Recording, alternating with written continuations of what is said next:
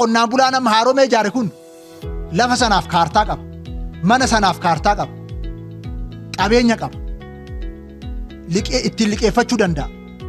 Dabarfachuu danda'a. Haaromeen lafa qabataanan gandoota keessatti carraan hojiin babal'ata jechuudha. Maaliif dargaggootu mana sana ijaara?